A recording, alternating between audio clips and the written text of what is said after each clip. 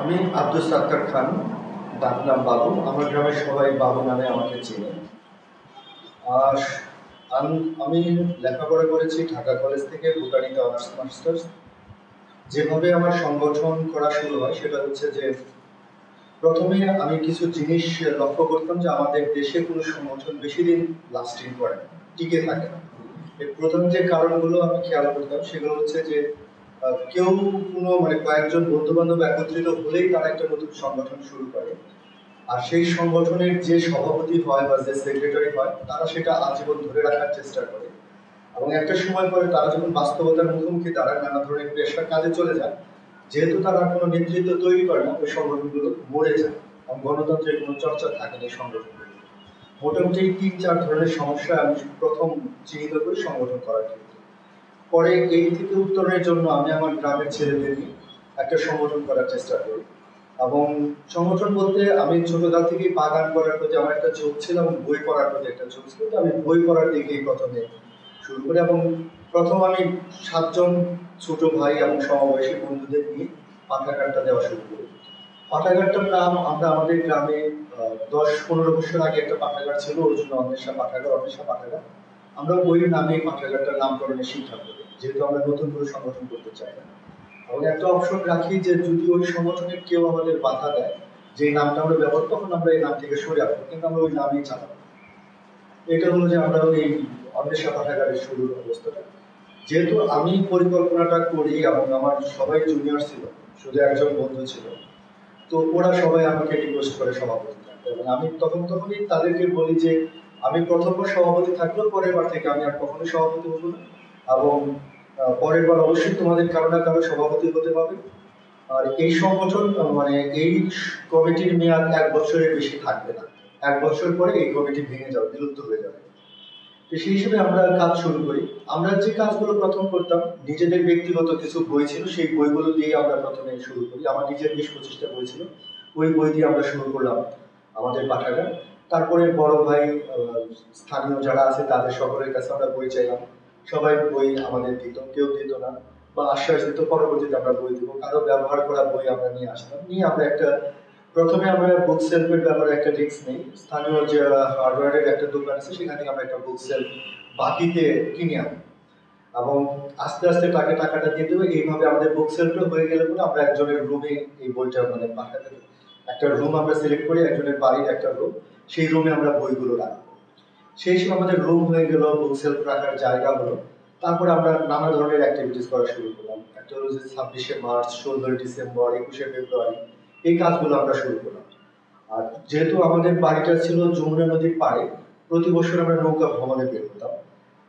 নৌকা নিয়ে আমরা যমুনার বিভিন্ন চরে আমরা করছি। এবং গত ৭ বছরে আমরা যমুনা দিয়ে এই পাশে গোয়ালন্দ থেকে শুরু করে ওই পাশে রৌমারী পর্যন্ত, যেখানে যমুনা নদী বাংলাদেশে ঢুকছে যে জায়গাগুলোতে, ওই জায়গাতে আমরা, এবং এই পাশে বগুড়া, শাখাটা, গাইবান্ধা, সিরাজগঞ্জ, বিস্তীর্ণ এলাকা আমরা নানা সময়ে ২ দিন ৩ দিন করে থেকেছি, যমুনা চরে মানুষের সাথে মিশেছি। এইভাবে আমাদের নানা ধরনের অভিজ্ঞতা হয়েছে। তো এইভাবে আমরা কাজ করা শুরু করি। আমাদের পাঠাগারটা বইমেলা, আমরা ২১শে ফেব্রুয়ারি বইমেলা শুরু করি। ২১-২২-২৩ এই ৩ দিন ব্যাপী আমরা বইমেলা করি গ্রামে। এটা গত ৭ বছর ধরে আমরা করে এসেছি। এই ধরনের কাজ করতে করতে আমরা যখন অর্জুন অন্বেষা পাঠাগার করলাম, গ্রামের মানুষ বন্যা দুর্গত হলে তাদের পাশে গিয়ে দাঁড়ায়। একবার যখন সিডর হয়, সিডরের সময় আমরা আমাদের গ্রামের মানুষের কাছে বাড়ি বাড়ি গিয়ে চাউল তুলি, টাকা তুলি, এবং সেটার খুব পরিমাণ বেশি ছিল না, ৫,০০০ টাকা উঠছিল আর ৩-৪ মনের মতো চাউল উঠছিল। কিন্তু এইগুলো আমরা কিভাবে পটুয়াবো? যখন আমরা তুলছি তখন একটা আবেগতাড়িত হয়ে তুলছি, কিন্তু তোলার পরে যখন বাস্তবতা আসলো যে আমরা কিভাবে এগুলো তাদের কাছে পাঠাবো, কারণ ওইখানে যেতে যে টাকা খরচ হবে এগুলো বিক্রি করলেও সেই টাকা হবে। তখন আমরা ওইখানকার যে টিওন, আমাদের থানার যে টিওন, তার কাছে আমরা যাই এবং সেইগুলো রেখে দেন ক্লান্ত করে। কিন্তু এবং সে বলে যে এইগুলো আসলে যথাসময়ে তাদের কাছে পৌঁছবে না। তো তখন আমরা ভাবলাম যে আসলে তাহলে কি করা যায়। এবং আমরা এর আগে যখন বন্যা দুর্গতদের পাশে দাঁড়াই, তখন আমরা একটা কাজ করছিলাম। আমাদের একটা বন্ধু সংগঠন আছে ঢাকার, ভ্রমণ সংগঠন, তারা আমাদের কিছু টাকা দিয়েছিলেন। আর ৫০,০০০ টাকার মতো তারা আমাদের দিয়েছিলেন। সেই টাকা আমরা গ্রামের কৃষকের পাশে, কৃষকের কাজে লাগাই। তারা প্রথমে যেভাবে গ্রামের কৃষকদেরকে হেল্প করতে আসতে চাচ্ছিলেন সেটা ছিল যে তারা চিড়া, গুড়, মুড়ি এগুলো নিয়ে আসবেন।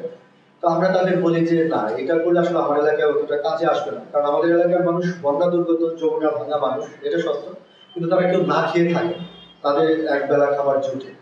আপনারা যেটা করতে পারেন, কৃষি পরবর্তী যে সমস্যাটা তাদের হয়, বিভিন্ন এনজিওর কাছে তারা যায়, এনজিওর কাছ থেকে লোন নেয়, এবং এই লোনটা তারা যেভাবে নেয় এটা আসলে একটা ঋণের একটা সার্কেলের ভিতরে তারা ঢুকে যায়, এবং এই চক্র থেকে তারা বের হতে পারে। আমরা যদি ৩-৪টা পরিবারকে এই চক্র থেকে বের করে আনতে পারি সেটা কাজে, এবং তারা আমাদের মানে কৃষি পর মানে বন্যা পরবর্তী যে কৃষি পুনর্বাসন এই আইডিয়াটা তারা মেনে নেয়। এবং আমরা আমাদের যারা লাইব্রেরি ছোট রয়েছে তাদেরকে বলি যে তোমরা গ্রামে গ্রামে যারা কৃষক, গরিব মানে যে এরকম না যে ভিক্ষা করে বা কৃষি কাজ করে না, এদেরকে না, যারা কৃষক, ভূমি আছে বা ভূমিহীন বা কৃষির সাথে রিলেশন যাদের আছে তাদেরকে তোমরা সিলেক্ট করো, আমরা তাদের কিছু সাহায্য করবো।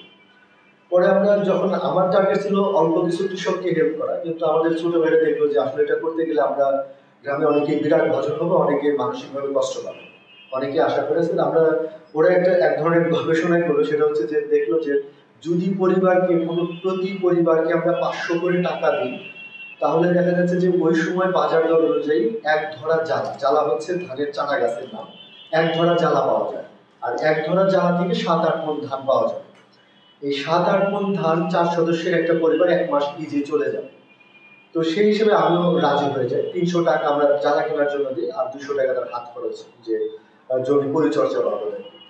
এবং আমরা এর মাঝখানে কৃষকদের সাথে এবং পাঠাগারের যারা সদস্য ছিল তারা এটা নিয়মিতই দেখছে যে জ্বালা কিনে দেওয়ার সময় বাজারে যারা গেছে জ্বালা কিনছে কিনা, জমিতে লাগাচ্ছে কিনা, এই জিনিসটা তারা মনিটরিং করতো পাঠাগারের সদস্যরা। আর হলো তাদের সাথে আমরা উঠান বৈঠক করতাম, মানে জ্যোৎস্না রাত হলে পরে আমরা ওই চরের কোনো একটা বাড়িতে বসতাম, ওই গ্রামের তাদের সমস্যাগুলো, তাদের সম্ভাবনাগুলো আমরা শুনতাম, তাদের আসলে সমস্যা কোথায়, কৃষিতে প্রবলেমটা কি, এগুলো আমরা একটা ব্যাপক অভিজ্ঞতা হয় তাদের সাথে মেশার ফলে। 4 মাস পরে যেটা হয়, 4 মাস পরে যখন আমরা তাদের সাথে দেখা করতে যাই, তারা তখন বলে যে তারা 7-8 মণ ধান পাইছে, এবং ওই ধানের যে খড় হয়েছে, যেটাকে আমরা স্থানীয় ভাষায় খেয়ার বলি, যেটা গরুর একটা খুবই উপাদেয় খাদ্য আর কি, তো ওই খড়ের মূল্য হচ্ছে 2700 টাকা। এই 7-8 মণ ধানের যে খড়, সেটার দাম হলো 2700 টাকা। এখান থেকে আমাদের একটা বড় ধরনের অভিজ্ঞতা হয়। অভিজ্ঞতাটা এটা হয় যে এই কাজটা করার জন্য প্রথমে আমি আমার নিকট আত্মীয়দের অনুরোধ করি যে তারা নামের লিস্টটা করো, যাদেরকে আমরা টাকা দেবো নামের লিস্ট করো। তো তারা দেখা গেল যে একটা বিশেষ রাজনৈতিক দলের লোকদের করা, যেহেতু তারা ওই রাজনৈতিক দল করে। কিন্তু আমার যারা ছোট ভাই তারা যখন পাঠাগারের সদস্যরা এই কাজটা করতে গেলো, তারা সবাই স্টুডেন্ট ছিল, এবং তারা কখনোই আওয়ামী লীগ এবং বিএনপি দলটা না দেখে যারা সত্যিকারের প্রাপ্য তাদেরকে তারা বাছাই করে নিয়ে আসে, এবং কোনো ধরনের বিতর্ক হলো না গ্রামের ভিতরে এই লিস্ট করা নিয়ে। এইখান থেকে আমার সিদ্ধান্ত হচ্ছে, অভিজ্ঞতা হলো যে যারা ইয়াং জেনারেশন তাদের অপেক্ষাকৃত লোভ কম থাকে এবং তারা নির্মমভাবে কাজ করতে পারে, এবং তারা সত্যিকার মানুষের কাছে, কারণ তারা খুব রাত্রে রাত্রে গিয়ে প্রতি বাড়ি গিয়ে ইন্টারভিউ নিয়ে কাজটা তারা লিস্টটা করেছে, যেটা ওরা আমাকে পরে বলেছে। তো আমি তখন যখন সিডরে যখন আমরা টাকা এবং চাউল পাঠাতে পারলাম না, তখন আমার মনে হলো যদি আমাদের পাঠাগারের মতো একটা পাঠাগার ওই সিডর আক্রান্ত কোনো একটা গ্রামে থাকতো, কিংবা সারা বাংলাদেশে যদি জালের মতো ধরেন যে 100টা পাঠাগার থাকতো, সেখান থেকে আমরা 1000 করে টাকা আজকে যদি পটুয়াখালীর ওই গ্রামে একটা পাঠায় দিতে পারতাম, 1000 টাকা কোনো গ্রাম থেকে তোলা কোনো ব্যাপার না, 1 ঘন্টার একটা জব। 1 ঘন্টা যদি গ্রামের একদল লোক বলে যে অমুক একটা জায়গায় ভূমিকম্প বা অমুক একটা জায়গায় সিডর হয়েছে, আপনারা সবাই টাকা দেন, 5 টাকা 10 টাকা করে গ্রামের মানুষ দিবেন, একটা গ্রাম থেকে 1 ঘন্টা ঘুরলে পরে 1000 টাকা তোলা যায়। যদি 100টা পাঠাগার এই 1000 টাকা তোলে, তাহলে সেটা কত টাকা হয়? মুহূর্তে আমরা কয়েকটা গ্রামের দায়িত্বটা নিয়ে নিতে পারবো। ওই গ্রামে যদি একটা পাঠাগার থাকে, তাকে আমরা বলে দিলাম যে তোমাকে আমরা এই 1 লাখ বা 1.5 লাখ টাকা দিচ্ছি, ওইখানে যেন কোনো লোক না খেয়ে না থাকে, কিংবা যার ঘর নেই তাকে, আমরা যারা রেস্ট পিপল আছি, অনেক ছাত্র স্টুডেন্ট আছে, তাদেরকে আমরা পাঠাতে পারি এখানে কর্মী হিসেবে, যা সেখানে ঘর তুলে দাও। এই আইডিয়া থেকে আমি ভাবলাম যে তাহলে বিভিন্ন জায়গায় এই ধরনের সংগঠন করা যায়। তো এটা নিয়ে আমি ঢাকার একটা পাবলিকেশন আছে, রেমন পাবলিকেশন, তার কর্ণধার হলেন সৈয়দ রহমতুল্লাহ রাজন, ওনার সাথে আমি আইডিয়াটা শেয়ার করি, এবং রাজন ভাই বলে যে হ্যাঁ ঠিক আছে আপনি করেন, আপনার যেখানে যত বই লাগে আমি দেবো। এবং তারপরে আমি আমার বন্ধুদের সাথে শেয়ার করি, তোরা তোদের গ্রামে পাঠাগারটা এরকম, আমি তোদের বই দিয়ে সাপোর্ট করি, তোরা প্রথমে স্বতঃস্ফূর্ত হবে, তোদের গ্রামের পাঠাগারটা তুই দিবি, এবং তোদের এলাকার বন্ধু বান্ধবদের উদ্বুদ্ধ করতে হবে তোর গ্রামের পাঠাগারটা প্রয়োজন। আর যদি তারা না বুঝে তাহলে ওইখানে বই দিয়ে কোনো লাভ নেই, তোর আগে এই অর্গানাইজটা করতে হবে। ফলে আমার বন্ধুরা পরবর্তী যখন বিভিন্ন ছুটিতে বাড়িতে যায়, তখন ওরা এই কাজটা করে যে আমাদের গ্রামে একটা পাঠাগার দিয়ে বই পড়লে পরে এই হবে, আমরা এই ধরনের কাজ করতে পারবো। তখন আমি ওই রাজু ভাইয়ের কাছ থেকে বইগুলো নিয়ে নিই। এবং ঢাকায় এইভাবে অনেক বন্ধু বান্ধব পরিচয় হয়ে যায়, অনেকের সাথে পরিচয় হয়। তারা তাদের পার্সোনাল যে বইগুলো থাকে বাড়ি শিফট করার সময় বা নানা সময় তারা বা নতুন বই কিনছে, এই পুরোনো বই রাখার জায়গা নেই, তখন এগুলো তারা মানে ফেলে দেয়, আগে শেয়ার করে বিক্রি করতো। তখন তারা আমাকে ডাকে যে ঠিক আছে তোমার একটা পাঠাগারে বইগুলো নিয়ে, তখন আমি ওই এলাকার কোনো একটা পাঠাগারে এই বইগুলো দিয়ে দিই। এইভাবে শুরু হয় আর কি গ্রাম পাঠাগার আন্দোলন। এবং এটা এখন পর্যন্ত সারা বাংলাদেশে 24টার মতো পাঠাগার, 25টা পাঠাগার আছে আমাদের। নানা জায়গায় কথাবার্তা হচ্ছে। আর যেটা হচ্ছে যে এই পাঠাগার আন্দোলন এখন যেহেতু একটা মানে ইন্টারনেট একটা বড় ফেসবুক একটা বড় মাধ্যম, এর মাধ্যমে আমরা এখন সারা বাংলাদেশে একটা লিঙ্ক আছে, প্রতিটা থানাতেই কোনো না কোনো শুভাকাঙ্ক্ষী বা কেউ আছে যারা এটা করতে চাচ্ছে। এই একটা খুশির খবর।